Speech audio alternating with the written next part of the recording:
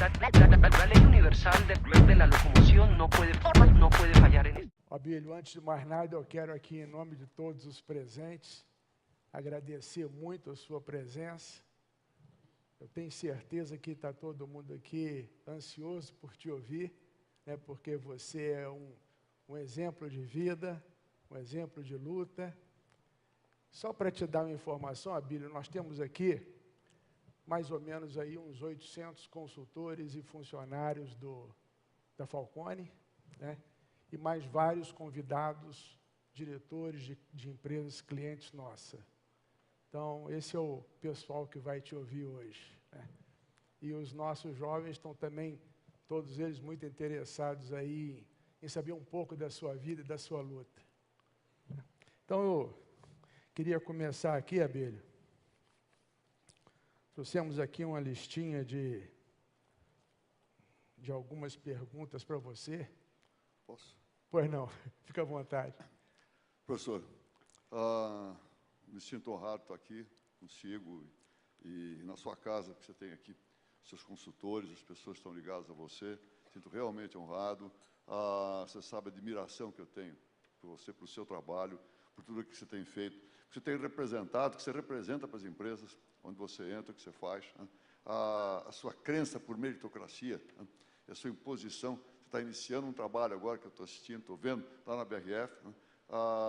Olha, eu que agradeço. Obrigado por ter me convidado. Estou muito feliz de estar aqui. Espero poder ser útil, contribuir com alguma coisa. Uma satisfação muito grande, Abílio. Mas nós dividimos aqui as perguntas em 5 blocos e, seguindo mais ou menos aí a sua vida, né? E a primeira pergunta seria o seguinte: a sua infância, né? Eu sei que houve dificuldades, você era um menino um pouco gordo, sofria um pouco de bullying, e você teve que reagir contra isso. Isso teve alguma influência na sua vida atual e na maneira de você ser? Olha, claro que teve, professor. Pro bem e para o mal. Eu vim de uma origem muito humilde. Meu pai era um imigrante português, chegou aqui com 16 anos. Foi padeiro.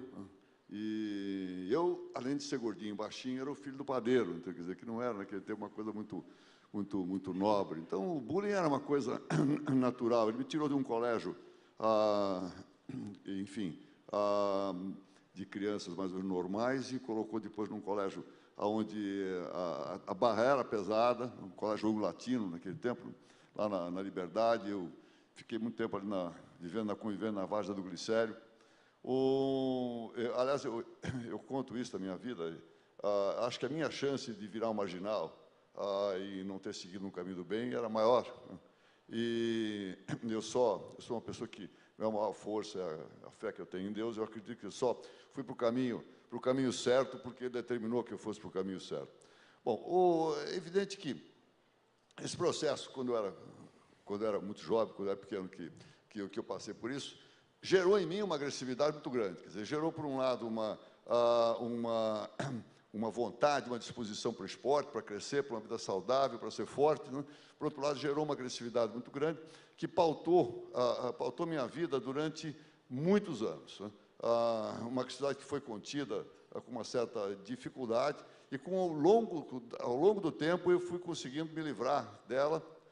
Essa agressividade tem um lado bom. Eu acho que eu coloquei isso nos meus esportes, nas competições que eu fiz, nas coisas que eu consegui atingir, e mesmo na parte de vida, de negócios, como empresário, né? Tem um lado ruim, então, quer dizer que foi difícil conviver com ela. Hoje eu sou um cara, felizmente, muito prego que as pessoas sejam conciliadoras. Aliás, eu acho que o lado bom da vida está no amor e não no ódio, né? E a conciliação é sempre melhor do que a luta, né? Mas não foi fácil chegar aí. Abílio, aliás, eu até tenho presenciado esse seu lado conciliador ali no dia a dia da BRF, assim, presencialmente, muito conciliador. Obrigado, professor. Ainda bem que você me fala isso, tá bom? Mas, ô Abílio, então, o seu pai tinha o negócio, ele montou o negócio, cresceu um pouco, mas depois nós sabemos que você pegou e levou isso para adiante numa velocidade muito grande. Como é que foi essa passagem de bastão? Bom, as pessoas sabem um bocado da minha vida. Quer dizer, meu pai tinha uma doceira, eu até trabalhava com ele enquanto estava fazendo a faculdade, a GV, e não era uma coisa que realmente me motivava, não tinha emprego naquele tempo, estou falando aí do final da década de 50, início dos anos 60. Eu estava preparado para ir embora para os Estados Unidos, que eu tinha feito a GV, tinha convivido com os professores americanos, fui segunda turma da Escola de Administração de Empresas, e estava encantado e ia para lá, ia estudar, fazer carreira acadêmica, e enfim, quando meu pai teve a ideia de abrir um supermercado. Não sabia que era aquilo, fui olhar, fui entender, falei, puxa, aqui tem um business, aqui tem um negócio. O meu pai sempre foi um cara que me deu muita força, sempre me entusiasmou, foi durante muito, muito tempo a minha grande plateia, eu fazia muita coisa, mostrar para ele, quer dizer, que eu era capaz, mas não houve praticamente passagem de bastão. Nós fizemos juntos, ele com um grande companheiro, quem ia fazendo fui eu. Bom, mas isso está certo, mas nós sabemos que depois você pegou essa empresa e transformou num gigante muito grande. Contam-se até casos que você foi para o exterior e fazia benchmarking, comparava coisas e trouxe muito conhecimento de varejo para o Brasil. Como é que foi toda essa história de crescimento? Professor, eu sempre fui um grande copiador. Aliás, eu prefiro, já há alguns anos eu dou aula na GV, um curso de liderança e gestão, e o que eu estimulo meus alunos é, se vocês tiverem de onde copiar, copiem. É muito mais fácil do que inovar. Aliás, hoje tem casos de estudo, quanto que é mais fácil. Quanto a trajetória daqueles que copiam bem, é uma trajetória melhor do que aqueles que inovam. Eu fui um grande copiador, eu sempre tive... Eu fui estudar nos Estados Unidos depois, não fui logo que eu me formei na GV, fui só 5 anos depois que eu fui estudar. E antes de fazer um curso de economia que eu fiz um curso de marketing. Né? E o professor que eu tive lá, um colombiano, falou pela primeira vez no Carrefour. Né? E isso em 65, o Carrefour tinha aberto em 63. Né? 2 anos depois eu estava lá, na França, né? Tentando entender o que era aquilo. Né? E eu sempre fiz isso, eu sempre buscava qual é a referência mundial, né? e tentava aprender e buscar. Mesmo hoje, eu estimulava lá no GPA, como estimulo na BRF, por exemplo, pessoal de TI, de logística, vocês não têm que jogar campeonato regional, vocês têm que jogar campeonato mundial. Quem é benchmark? Quem é o melhor? Como é que faz esse negócio? Está em tal lugar? Vai buscar, vai ver como é que é. Isso sempre foi uma trajetória. Agora, depois você copia, tem uma técnica de você ajeitar para o seu meio, para onde você quer colocar aquilo. Foi o que eu procurei fazer na vida. Abílio, vamos passar para o segundo bloco agora, que são as dificuldades superadas. Né? Eu tenho a impressão que alguns jovens aqui não vão se lembrar, mas boa maioria aqui vai se lembrar daquele grande episódio do seu sequestro, né? Que aí estava na televisão, o Brasil inteiro assistindo, torcendo por você lá preso naquela casa com aquelas pessoas e tudo mais. Né? Qual foi a influência desse evento na sua vida? Olha, professor, foram 3, esse episódio sozinho, eu não diria que ele é irrelevante, mas não foi o mais marcante. Eu tive realmente uma grande mudança, uma transformação na minha vida, eu conto isso no meu livro, né? Com 3 episódios que aconteceram mais ou menos de forma simultânea. Levaram alguns anos, enfim. Mas eu tive uma briga de família, né? Realmente, que eu não desejo para ninguém. Né? Meu pai, minha mãe, enfim, criaram uma família com muito amor, com muito carinho. Mas meu pai, com todo o amor que ele tinha para os seus filhos, um dia resolveu misturar empresa com família, e o resultado é que praticamente destruiu os dois, tanto empresa como família, né? Tanto que nós, lá no GPA, nós tivemos a crise de 90, onde nós quase desaparecemos. Não desaparecemos porque, enfim, talvez fôssemos um pouco grande demais para caber no buraco e, enfim, não desaparecemos. Mas, então, esse foi o resultado da briga de família. Então, essa briga de família, a quase quebra do Pão de Açúcar, quer dizer, o ano de 90, né, que foi extremamente traumático, e foi traumático porque ele demorou mais do que o sequestro. O sequestro demorou para mim uma semana, né, e foi uma coisa, assim, evidentemente foi traumática, eu tinha certeza absoluta que eu não sairia vivo dali, porque da maneira como eu fui colocado, onde eu fui colocado, sem ar, né, sabendo muito bem que um amigo meu, o Luiz Salles, que da agência da Salles, tinha ficado 63 dias no cativeiro, né, provavelmente por os mesmos sequestradores, mas debaixo de uma tenda, enfim, com ar, com barulho, com tudo. Quer dizer, eu lá debaixo da terra não ia ter condição de aguentar os 63 dias. Mesmo sabendo disso, quer dizer, foi uma coisa extremamente traumática, né, mas a somatória da briga de família, do sequestro, né, e da quase quebra do Pão de Açúcar, que foi realmente um momento na minha vida que me causou uma grande transformação e que, felizmente, graças a Deus, consegui sair do outro lado um cara mais parecido com o que eu sou hoje, né? Enfim, que eu acho que hoje me dou um bom valor, né? Mas naquele tempo até eu me questionava, né? Então, isso foi muito importante. Agora, é importante falar também, uma coisa que eu ensino muito para os meus alunos: tomem cuidado, não confundam família com business, com negócio, né? Confundir os dois é a melhor maneira para você destruir o business e a família, o negócio e a família. Abílio, só para te dizer, nós aqui na Falcone colocamos no nosso estatuto que é proibido ter família, entendeu? Então, nós vamos ver se levamos para o futuro essa lição, que é boa, né?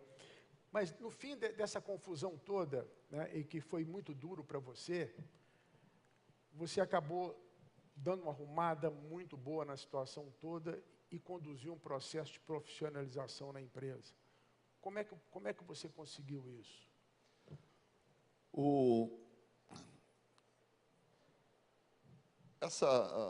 Essa reestruturação que foi feita no Pão de Açúcar depois de 90, foi realmente é bem conhecido, foi um case de turnaround, um case de sucesso. Eu acho que, em termos de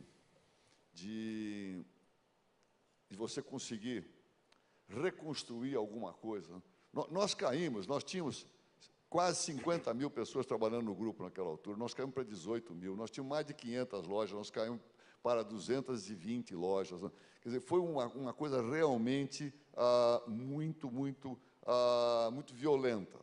O que aconteceu naquela altura, a técnica de salvação foi a mesma coisa. Quando você está morrendo, você arrisca mais, né? Você corre qualquer risco para sobrevivência. Houve uma grande dose em termos de risco ser tomado, mas a rapidez foi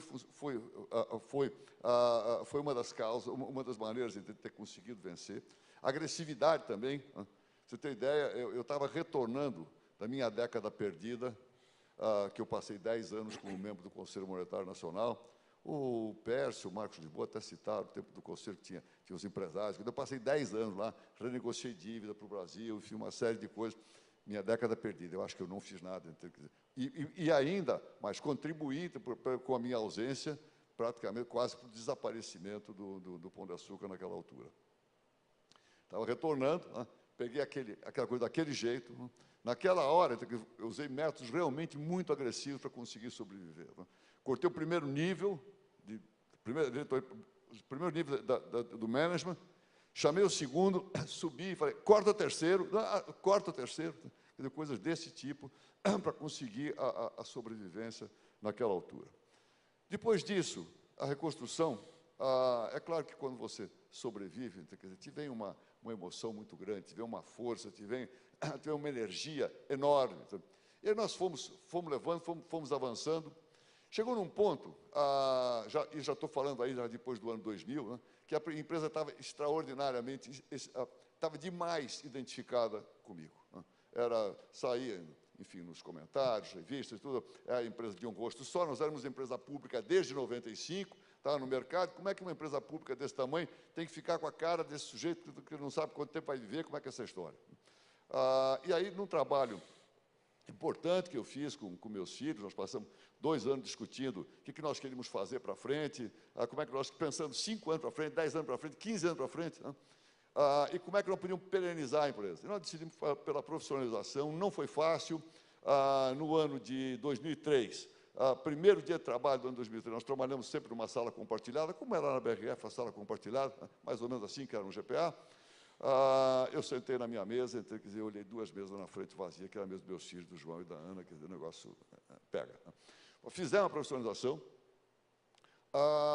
Coloquei primeiro um presidente vindo da empresa, colocado dentro da empresa, como é que a gente está vivendo agora, mas em outras circunstâncias, lá na BRF. Não deu certo. 3 anos depois, 2 anos e meio depois, fomos para o mercado, buscar um profissional no mercado, não deu certo também. E aí, pegamos uma pessoa que já estava lá, mais ou menos lá dentro, e coloquei como CEO. Qual é a lição desse tipo de coisa? O erro com os 2 presidentes que foram colocados, que não deram certo, o erro foi meu. O erro foi do acionista. Porque eu, na ânsia de realmente profissionalizar e de que as pessoas acreditassem que aquilo não era uma empresa de um rosto só, que aquilo tinha realmente um corpo gerencial, que aquilo tinha um CEO para valer, eu me afastei completamente das decisões importantes que devem ser tomadas pelo acionista, porque é a responsabilidade do acionista. Eu passei, durante 5 anos, delegando, mas delegando além daquilo que se deve delegar para o gestor, para o CEO. No final de 2007, com a vinda do Cláudio Galeazzi, que está lá na BRF, eu anunciei para o mercado. Cláudio tem total liberdade, total economia de fazer o que ele quiser. Se houver dúvidas, se houver algum ponto de discordância comigo, ele tem que vir para mim e me convencer. Se ele não convencer, e nem eu a ele, ele vai fazer o que eu mandar, porque é a responsabilidade do acionista. E aí, vou dizer o seguinte, vivemos os 2 anos mais felizes da história do Pão de Açúcar, o ano de 2. Enfrentamos a crise de 2008, o Cláudio, com o seu jeitão, sentou no caixa, que só entra, não sai nada. Saímos na crise no final do ano de 2008, uma caixa enorme. No ano de 2009, dobramos a companhia, com esse caixa, inclusive, que nós tínhamos já conseguido, e foram 2 anos realmente espetaculares. Qual é a lição que se tira disso aí? A função do acionista, do dono, ela é indelegável. Aquele nosso conselho que nós temos lá na BRF, representando dos acionistas, nós estamos lá, professor Falcone, numa True Corporation, uma corporação verdadeira. Você sabe disso, você sabe como é que é. Aquele conselho lá está em representação dos acionistas. As responsabilidades que ele tem são indelegáveis para qualquer CEO, para qualquer pessoa de baixo. Essa foi a grande aprendizado nessa transformação da empresa, quer dizer, de família, com um dono aparente, para uma empresa profissional. O dono nunca sai de cena. Está na BRF, o dono nunca sai de cena. Nós somos acionistas representados pelo conselho, eles têm que estar lá permanentemente tomando suas decisões. O pessoal que está te ouvindo aqui, Abelho, ainda nem sabe o que você faz, mas daqui a pouco eu vou contar devagarinho para o pessoal, porque você gasta sola de sapato, está em todas as frentes, já vai para a Rússia, vai para não sei aonde, quer dizer, é um sócio presente lá.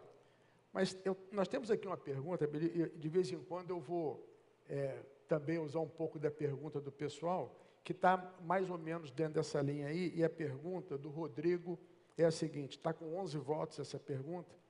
Abílio, qual foi a maior decisão errada que você tomou na sua vida e como isso impactou o seu modo de gerir?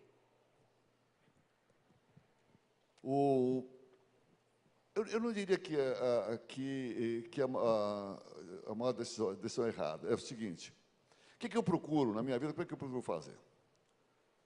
Se tiver que cometer erros, só erros novos. Então, de algum erro que eu cometi na vida, e eu cometi muito, eu procuro tirar dali o aprendizado. O que eu posso aprender? Uma coisa que ficou muito clara para mim, aliás, eu já sabia disso, só que eu falhei. Qual é a maneira de você, entre várias partes, não precisa ser em relação entre acionistas, qual é a maneira de algumas partes que vão se relacionar, qual é a maneira de você fazer para que elas não briguem? A maneira é muito simples. Você tem que fazer, entre essas pessoas, tem que estabelecer um contrato, seja entre pessoas, entre sócios, estabelecer um contrato. O que as pessoas vão fazer? Como é que devem fazer? Como é que devem se portar? Muito bom. A hora de brigar é na hora do contrato. Aí você vai à loucura, e se por acaso não der certo, não tem contrato, não tem negócio. Esse aí é o final do dia e acabou.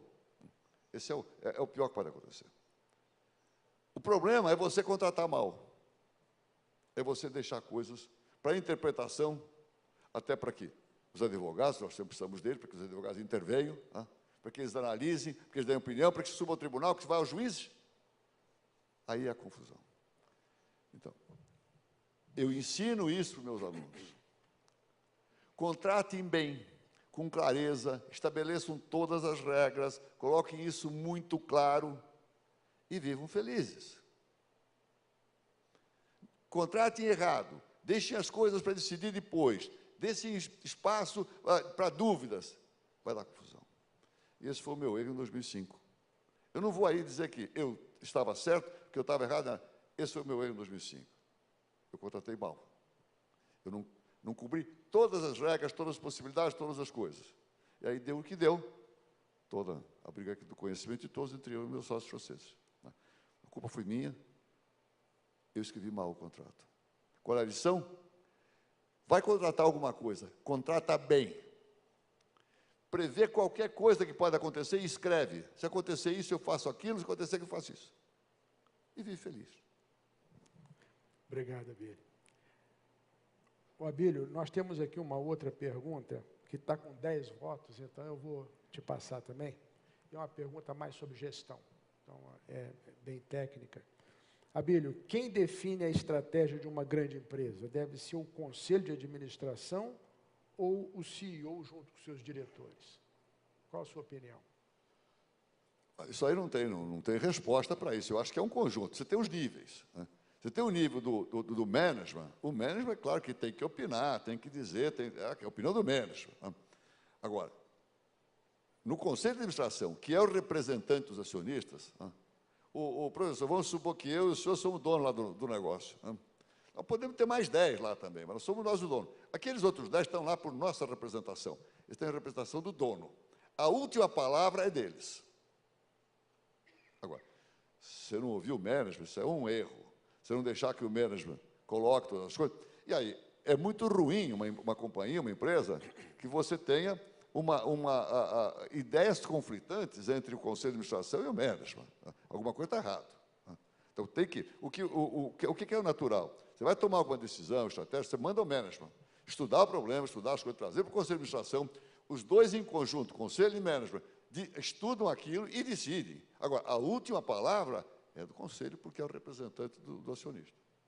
É o dono. Concordo plenamente, Abílio.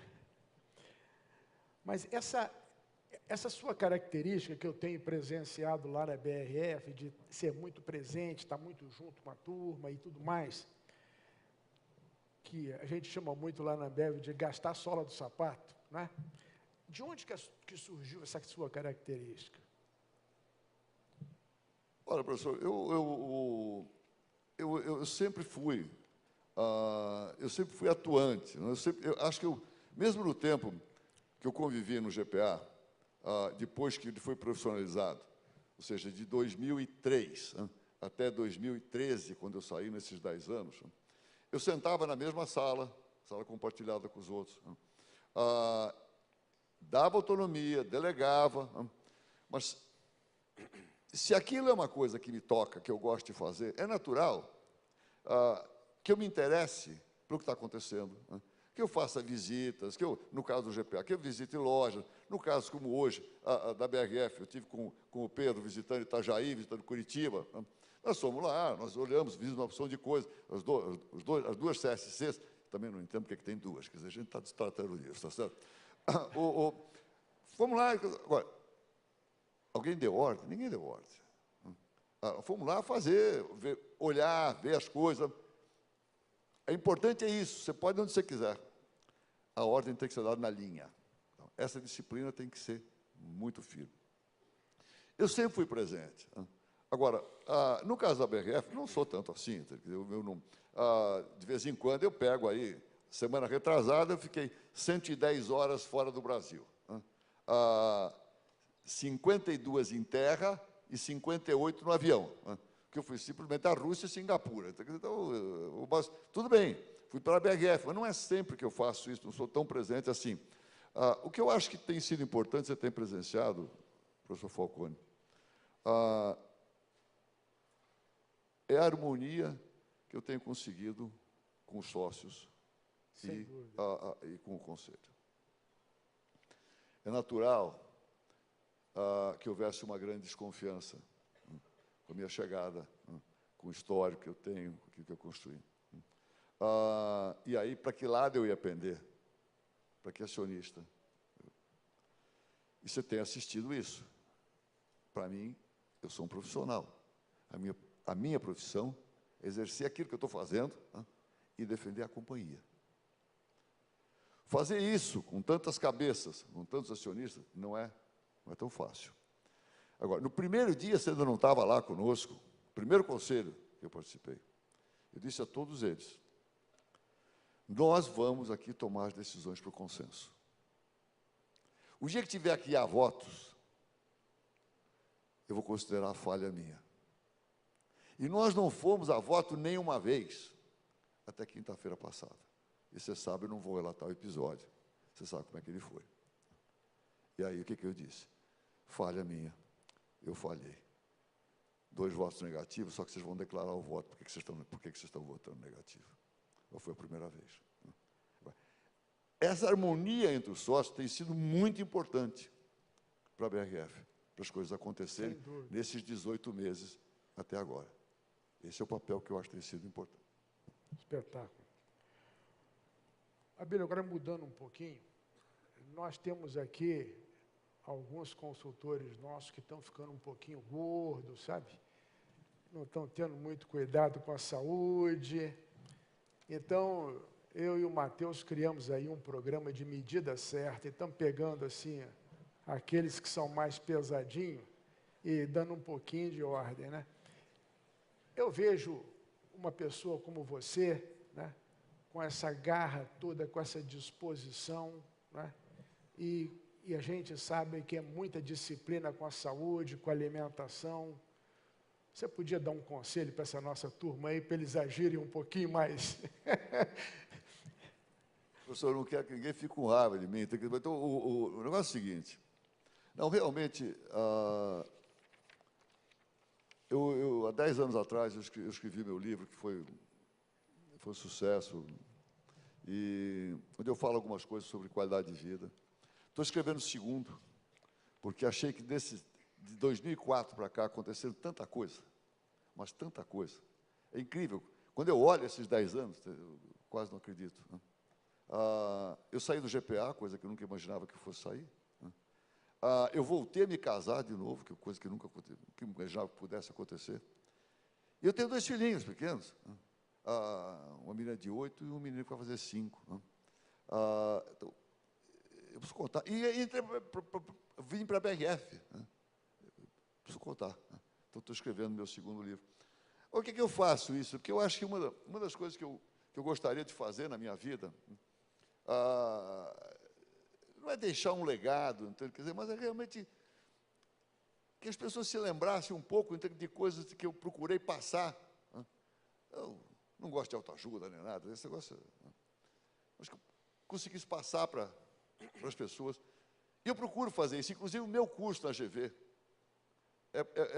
É uma procura, uma busca minha. Eu acho que esse mundo é carente de referências, é carente de lideranças, é carente de pessoas que as pessoas possam olhar e dizer, o que eu posso fazer para ser mais ou menos que nem esse cara aqui? E é carente de líderes.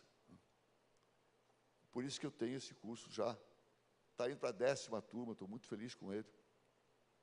Sobre qualidade de vida, essa questão tem de, sei lá, emagrecer, tal. Eu vou dizer uma coisa para vocês. O que o Abílio tem de diferente de qualquer um de vocês? Nada. Nada. É verdade.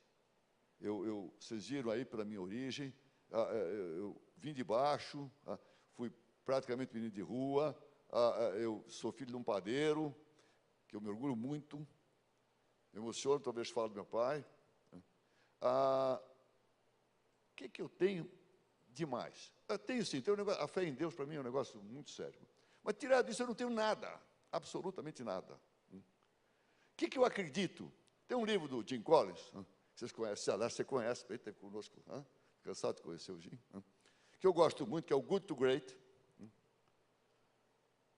E depois tem o outro, que ele escreveu mais recente, que é o Great by Choice.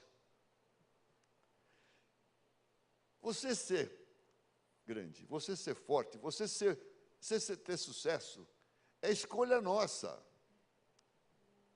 Não é por acaso. Uma das coisas que as pessoas precisam acreditar é que elas podem. Uma das frases que eu gosto muito, Obama, quando assumiu, yes, we can. Yeah. Pô, nós podemos, pô. Cada um pode. Então, eu tenho um pouco de consciência disso, de acreditar que eu posso. Agora, esse é o poder, é eu procurar olhar também para o Abílio. Dentro disso, eu tenho aquilo que eu considero são meus 4 valores. Humildade, determinação e garra, disciplina e equilíbrio emocional. Esses são meus 4 valores que dá o rumo para a minha vida e eu sigo. Fora isso, eu tenho mais os meus 6 pilares. Pilares que eu me apoio para ter uma vida melhor, para ter uma vida de sucesso. Que são, vamos lá, passa direto para aquilo que você me perguntou, passa pela atividade física e passa por uma alimentação saudável. Agora, uma coisa que eu gostaria de passar para vocês, aqueles que de repente por acaso estão aí, esse cara fica falando, não precisa ser atleta, não precisa ser um tremendo esportista, não precisa ser nada. Façam atividade física. Se movam. Andem, caminhem, andem de bicicleta, nadem, façam alguma coisa. Não adianta jogar futebol no sábado e só fazer isso, aí não dá. Mas façam alguma coisa que tenha um caráter lúdico.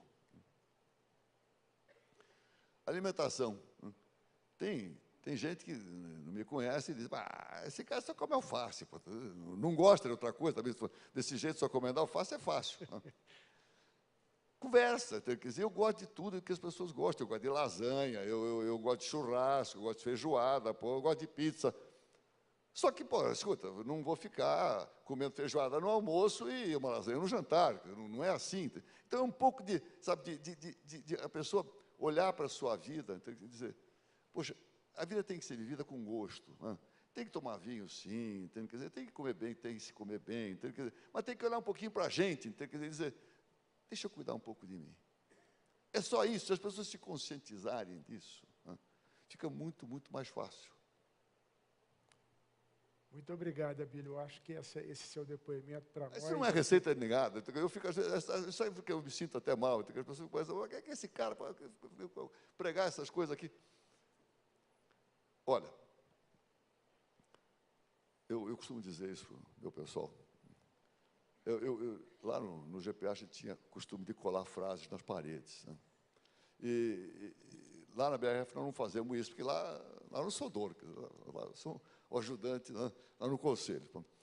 Mas uma das frases que ele pregava na parede que eu mais gosto é, não sabendo que era impossível, foi lá e fez. Essa frase é linda, é maravilhosa. Sabe qual é o problema?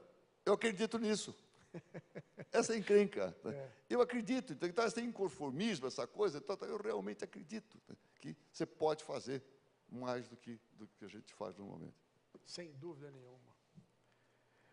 Abílio, muito obrigado por esse seu depoimento. Deixa eu só voltar aqui um pouquinho para uma pergunta da plateia. Nós temos aqui uma pergunta com 16 votos, formulada pelo Bruno Brito. Abílio, muito se fala da necessidade que as organizações possuem de cuidar das pessoas e formar líderes. Como fazer isso acontecer na prática? Olha,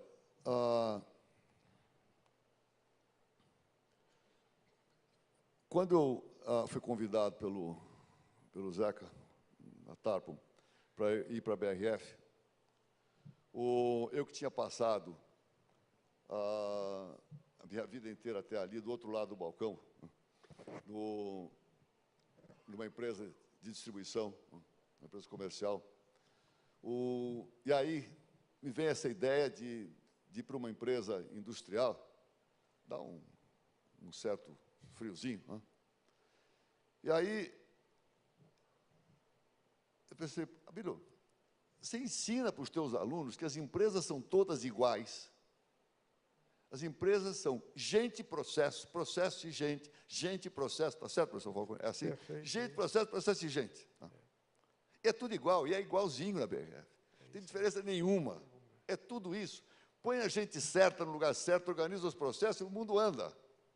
É assim. Né? E põe a meritocracia, então, aí que vai bem. Né? Se gente e processo são as coisas fundamentais, gente, tudo começa com gente, e quem faz o processo é gente.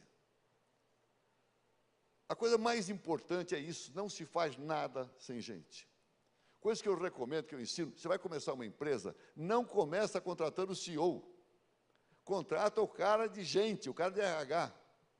E aí, pega ele e vai buscar o CEO e vai buscar as outras pessoas. Se gente é tão importante, você tem que ter processos, né, que realmente estimulem as pessoas. Eu prego sempre a ideia de que você tem que ter uma vida feliz.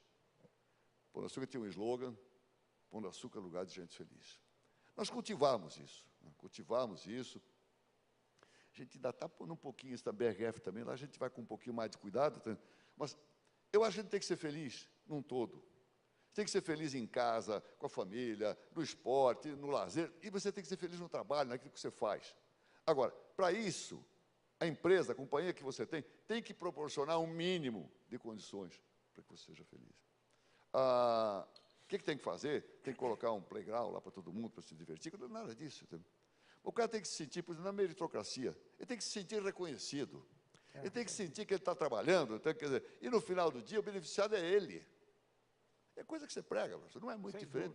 Aliás, nada é diferente daquilo que você e o seu grupo de consultores fazem. Então, você tem que começar, por isso, quer dizer, a meritocracia é fundamental, o cara ele tem que sentir, eu faço, eu vou ralar, mas eu vou ser compensado. Agora, além disso, você tem que ter coisas que o cara sinta que é uma empresa do bem, que não há clubinhos, que não há muita conversa de corredor, você tem que ter uma empresa limpa. E mais, você tem que saber, quanto mais maior as empresas, isso é mais complicado, você tem que saber realmente identificar os talentos dentro da companhia, fazer avaliações. Hoje mesmo, lá em Itajaí, em Curitiba, nós estávamos conversando sobre isso, até teve pergunta das pessoas que estavam lá, se realmente nós estamos olhando para os talentos, nós estamos procurando identificá-los, nós estamos procurando fazer com que eles pudessem aflorar, que eles pudessem surgir. Isso é extremamente importante. A empresa de sucesso, as empresas de sucesso têm propósitos claros e definidos, tem uma cultura baseada em gente. Isso é fundamental. Tem gestão e tem liderança. Esses 4 são os princípios das empresas de sucesso, identificados. Então, olhar para a gente, treiná-los, capacitá-los, é fundamental.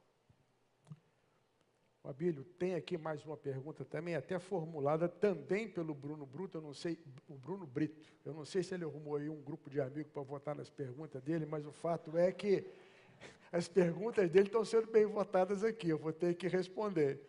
Então, é o seguinte, Quais são as características que você observa em um profissional para ele ser seu sócio?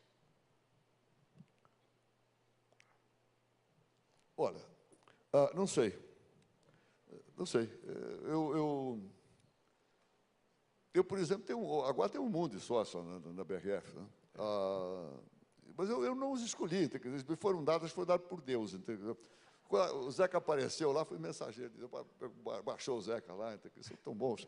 Eu não os escolhi, eu prefiro responder essa pergunta de outro jeito. Se eu vou entrevistar alguém para contratar, qual é a primeira coisa que eu olho nessa pessoa? Se ela tem aderência com os meus valores. Os valores que eu acredito, de acordo com a minha cultura. Eu olho muito, você sabe, nós estamos olhando lá, na BRF, estamos olhando os assessments. Né? Todas aquelas barrinhas e coisa e tal. Então, aquilo é extremamente importante. Mas, no final do dia, eu quero que o pessoal, Cornefer, coisa e tal, eu quero que eles me digam claramente, entende? Se aquela pessoa tem aderência com os meus valores. Humildade, para mim, é fundamental. O que é humildade? Vamos lá, não vamos confundir humildade. Né? Humildade não é usar roupa velha e fazer voto de pobreza, nada disso. Humildade é você saber ouvir. Exatamente. É você saber dialogar. Você ter certeza que você não sabe tudo, que você sempre pode aprender muito mais. Exatamente. Tá? Isso para mim é fundamental. Isso para mim é eliminatório. Eu sempre falo, quem não é humilde não aprende. Não aprende, acaba não performando, não tem bom relacionamento. Então, todas aquelas barrinhas lá, tem aderência ou não tem aderência?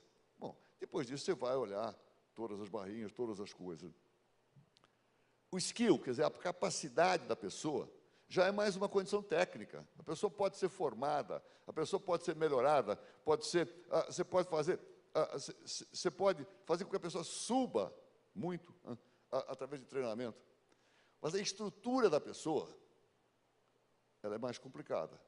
Se a pessoa vem com uma estrutura ruim, é mais difícil você trabalhar. Não sei se para sócio serve também, mas para contratar gente, pelo menos é o que eu faço. Bom, Abílio, aqui nós temos muitas perguntas aqui da turma, eu estou esperando a turma votar um pouco mais aqui, mas deixa eu te fazer o último conjunto de perguntas, que o nosso tempo também já está diminuindo, que é o momento atual, né?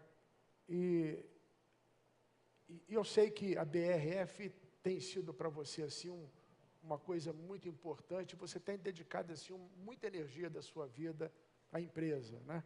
E eu tenho assistido isso lá dentro da empresa agora, como seu companheiro do conselho, fui convidado por você e pelo Zeca para ir para lá. Quais são os seus sonhos e planos para essa empresa? Assim, falando de uma maneira geral, nada que seja... A BRF? Bom, professor, você sabe que eu fui convidado para ir para lá para os acionistas, né, com algumas tarefas. Né? Uma era de reestruturar outro modelo de gestão, né, dar um outro formato para a companhia, fazer com que a companhia performasse, ela vinha de uma performance ruim, não era uma companhia de jeito nenhum que tivesse a perigo, nada disso. Né? Estava sólida, ia viver provavelmente a vida inteira, mais 100 anos, então, desse jeito. Mas dificilmente seria uma companhia que sairia do good para o great. E os senhores estavam esperando então, que fosse para lá, colocasse uma ambição na companhia, reorganizasse, mas fundamentalmente que eu ajudasse a transformá-la, não é eu fizesse, que eu ajudasse a transformá-la, né, que liderasse realmente a BRF como uma empresa global. Então, esse é o ponto que eu acho fundamental. Uma empresa que já tem cerca de 60% do mercado, como nós temos aqui no Brasil, que sofreu limitações aí no processo de fusão Sadia e Perdigão, né, imposições do CAD muito duras, né, que tem muita dificuldade de crescer no mercado interno, a não ser organicamente. Essa empresa tem uma vocação internacional. E esse é o trabalho excepcional que o Pedro fez até agora. O Pedro foi colocado lá em novembro, e em menos de um ano mudou a cara dessa empresa. Eu tenho andado por aí, tenho conversado com as pessoas, né, Tive na Rússia, o pessoal fantástico. Tive na Ásia, o pessoal extraordinário. Tive no Oriente Médio, sensacional. Está sendo reestruturada realmente a empresa, isso em um ano. Então, não é que é um sonho, não é que seja uma meta, mas este é a vocação da companhia hoje. Claro que nós podemos crescer também aqui no mercado interno, até com outros produtos, com algumas outras coisas no desenvolvimento. Mas, realmente, hoje, a BRF, na sua exportação, ela é responsável por 2,5% do consumo mundial de frango. Quando você fala 2,5% não é nada. Mas é. A BRF abate 7 milhões de frangos por dia. Uma das missões de BRF tem que ser feeding the world. Vamos alimentar o mundo. Nós estamos procurando fazer isso. Proteína animal é uma coisa que hoje existe ainda, mas vai ser cada vez mais difícil no crescimento do mundo. Eu acho que esse é um caminho muito importante para a BRF. Nós estamos reestruturando. Nós não estamos... Eu não jogo para a plateia, nós não estamos aí atrás de coisas bombásticas, nós vamos fazer um trabalho de formiguinha. O Pedro é mineirinho, tá? Desse que vai devagarinho, quietinho, coisa e tal. O trabalho que já foi feito no Oriente Médio, por exemplo, praticamente todos os distribuidores do Oriente Médio, ali em torno dos Emirados, Arábia Saudita, nós já temos participação com eles. Garantir a colocação dos nossos produtos. Então, isso, a grande ambição da BRF é que ela seja realmente uma empresa que orgulhe os seus acionistas, orgulhe o seu conselho, as pessoas que trabalham nela, o management, todas as pessoas que trabalham na companhia. Eu acho que isso tem que ser a grande ambição, que a pessoa tenha orgulho daquilo que faz, da empresa que trabalha, do propósito que essa empresa tem. Acho que essa tem que ser a ambição maior. Agora, vamos avançar por esse mundo afora. Não estamos ainda dando grande atenção para os dois mercados, maiores mercados consumidores, que são os Estados Unidos e a Europa. Deixa para lá, tem muita gente. Estamos aí por aí, pelas beiradas, mas estamos fazendo coisas. Internacionalmente, essa companhia vai crescer muito. Abílio, você sabe, todos nós aqui estamos muito orgulhosos de estar, que a Falcone, a empresa, está unida aí com você nesse sonho, e nós vamos entrar para fazer um trabalho espetacular. Eu te prometo. Você está orgulhoso, eu estou aliviado, vocês estarem lá. Bom, Abílio, controlando aqui o tempo, que já está acabando, tem aqui mais uma pergunta. Você pode responder na medida que te interessar, né? Sobre a situação atual no Brasil, que é uma preocupação geral para todo mundo, né? O que pensa o empresário Abílio sobre essa situação atual? Como é que nós podemos sair disso? Como é que nós vamos conduzir nossas empresas? Eu estava ouvindo, eu tive a oportunidade de ouvir um pouquinho o debate aqui, o Jorge, o Pércio, o Marcos, né? Eu acho que eu sou talvez um pouquinho mais otimista, né? Ingênuo não, porque na minha idade não tem direito de ser ingênuo, né? Mas sou um pouquinho mais otimista em relação à situação. Foi falado aqui exatamente em problemas estruturais que o Brasil tem, né? Porque quando você não resolver, quando você não tiver uma reforma política, grande parte dos problemas, a maior parte dos problemas que nós temos são problemas estruturais que estão na Constituição de 88, onde o meu amigo já falecido, Mário Covas, trabalhou muito nela, e saiu essa coisa que está aí. Mas, então, quer dizer, nós temos aí, foi falado dos 30 partidos que nós temos, qualquer que seja o presidente que entrar, qualquer um dos três que estão aí apontados, se ele não procurar organizar um movimento da sociedade, mais os políticos, Congresso, Executivo, para nós rompermos algumas barreiras estruturais no nosso país, a coisa toda fica muito difícil. É a forma política, é a forma tributária, que é fundamental. Eu tenho dito por aí, não foi o câmbio que sucateou a indústria, não foi a falta de um plano, um planejamento industrial, não é disso. A indústria foi fundamentalmente sucateada pelo esquema tributário. Quem é que consegue botar sempre competitivo lá fora com a quantidade de impostos que nós temos aqui dentro. Pô, o cara lá falou que quer comprar imposto, pô, comprar mercadoria, pô, e mercadoria barata e boa. Enfim, eu acho que qualquer um dos 3 candidatos que venha, se não encarar isso de frente, vai ser complicado. O momento é um momento complicado, um momento difícil. Toda a sociedade, não só são só os empresários, todos nós aqui, pedimos por mudanças. Essas mudanças precisam vir. Com a Aécio, com a Marina ou com a Dilma. Ela vai ter que se compenetrar, então quer dizer que vai precisar mudar. E eu espero que mude. Todo mundo sabe que eu tenho uma proximidade com ela. Jorge está aí, também tem. Tá? Eu espero que mude. E tenho esperança que mude. Então, eu sou um pouco mais... Eu acho que nós estamos vivendo o pior período, esse período eleitoral, os ânimos estão extremamente exacerbados. Mercado batendo, mas também não está batendo tanto assim, hein? Porque já precificou tudo, já precificou Dilma, já fez um hedge contra não sei quem, está tudo na conta já. Então, o mercado não vai cair muito mais do que já caiu até agora. Né? E agora eu falo isso com um pouco mais de tranquilidade, porque eu estou na Península agora, porque eu não estou só na BRF, estou na Península, temos lá os operadores, o mundo está até diferente. Né? Então, eu acho que o país, depois das eleições, com qualquer um que seja o presidente, né, vai entrar numa nova trajetória. Vai entrar numa nova trajetória. E vai entrar numa trajetória de crescimento, de ascensão. A gente chegou num ponto que não há mais espaço para se fazer, para acontecer coisas que estão acontecendo hoje. E isso está visível para todo mundo. Então, eu tenho muita expectativa que, depois de passar as eleições, as coisas vão melhorar. Abílio, eu queria te fazer mais 2 perguntas, porque nós estamos já na nossa reta final. Uma do público, né? E uma outra seria um pedido meu.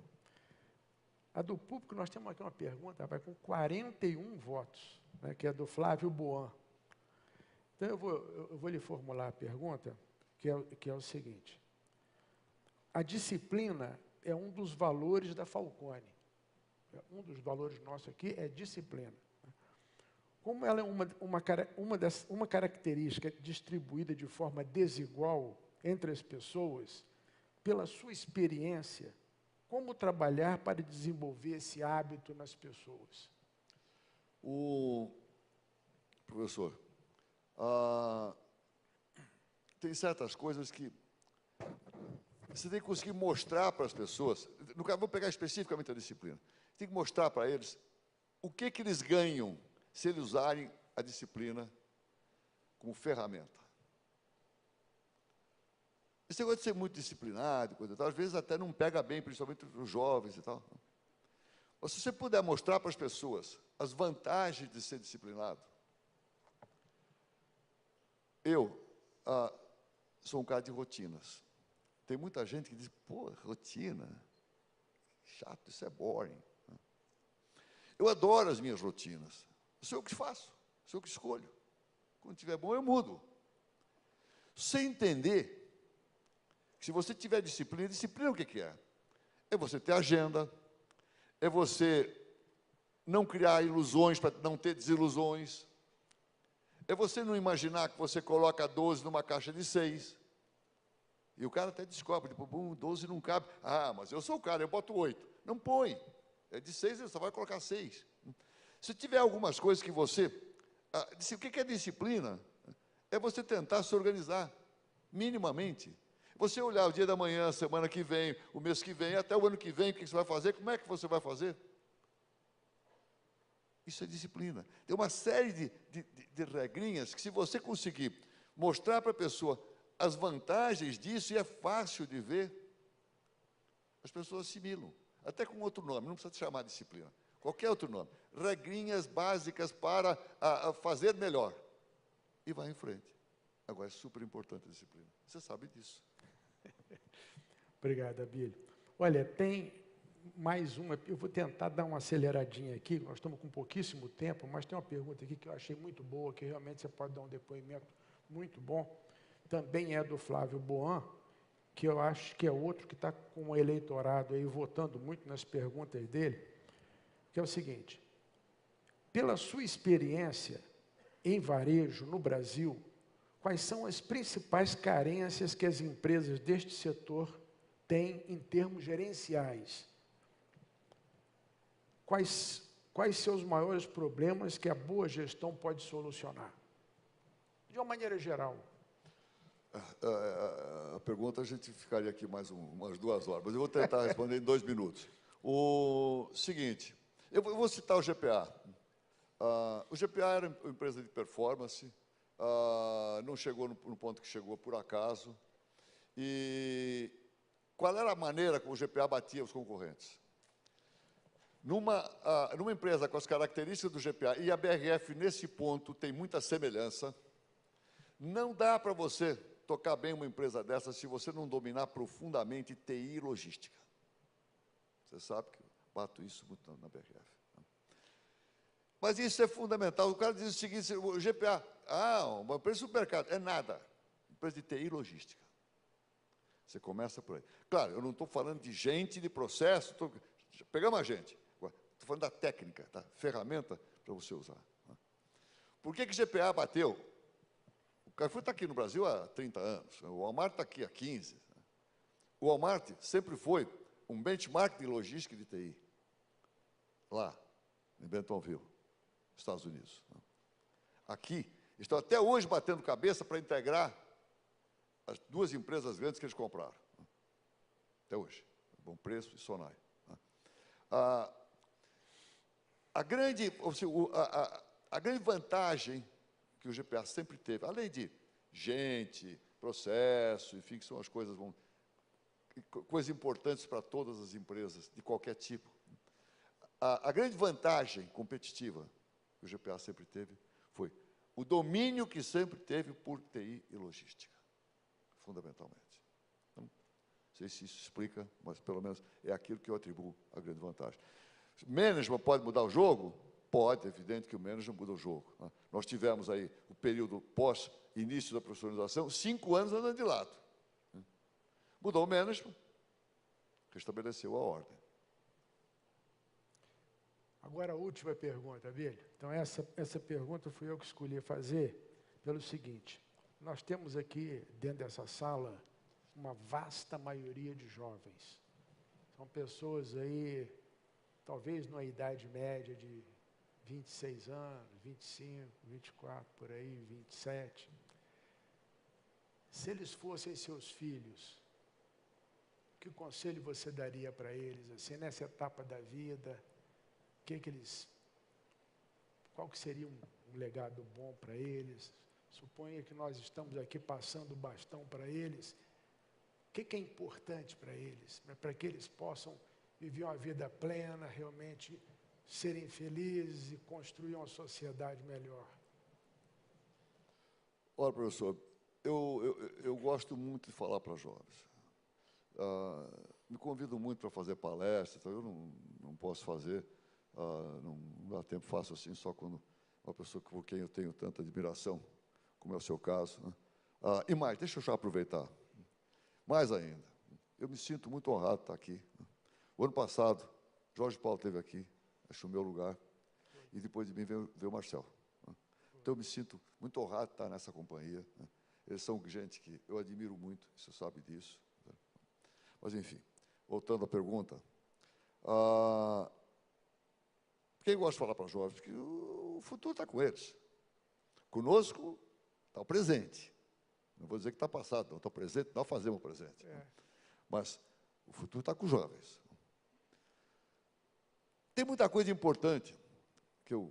Podemos levantar, professor? Está no fim, depois nós vamos embora? Podemos? Perfeitamente. Tem muita coisa que eu gosto de passar para o jovem. Tem uma coisa que é fundamental, que eu já falei aqui. O yes. Eu posso.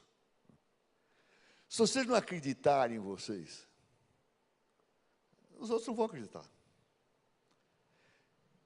Vocês têm que se convencer de que vocês são donos de vocês. Se vocês receberam um carro da vida, dirija o carro.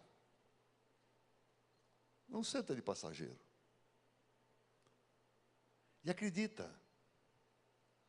Acredita. Eu acho que isso é o fundamental. Vocês têm que acreditar que vocês podem, que realmente vocês podem. E vocês vão conseguir. Depois disso, olha, nunca perca a humildade. Tenham sempre consideração pelas outras pessoas. Procure sempre aprender. Tem uma outra frase também que eu gosto muito, e as pessoas às vezes acham que é marketing pessoal mesmo, mas não é. Que eu digo, eu quero ser hoje melhor do que eu fui ontem, mas eu vou querer ser melhor que eu sou hoje. Isso dá para fazer. Claro que você não consegue fazer isso em tudo, entende? Quer dizer, não vou querer jogar squash como eu jogava 10 anos atrás, entende? Mas dá para quebrar o galho ainda, dá para levar. Entende? Uma cabeça, aprender, coitado, dá para fazer. Dá para continuar sempre em evolução. E o jovem tem uma vida enorme pela frente. Busca aprender. Acredita e busca aprender. Seja humilde. Tenha determinação. Tenha vontade de fazer. Usa a disciplina. Tenha equilíbrio na vida. Eu acho que vai dar tudo certinho. Muito obrigado, Abílio.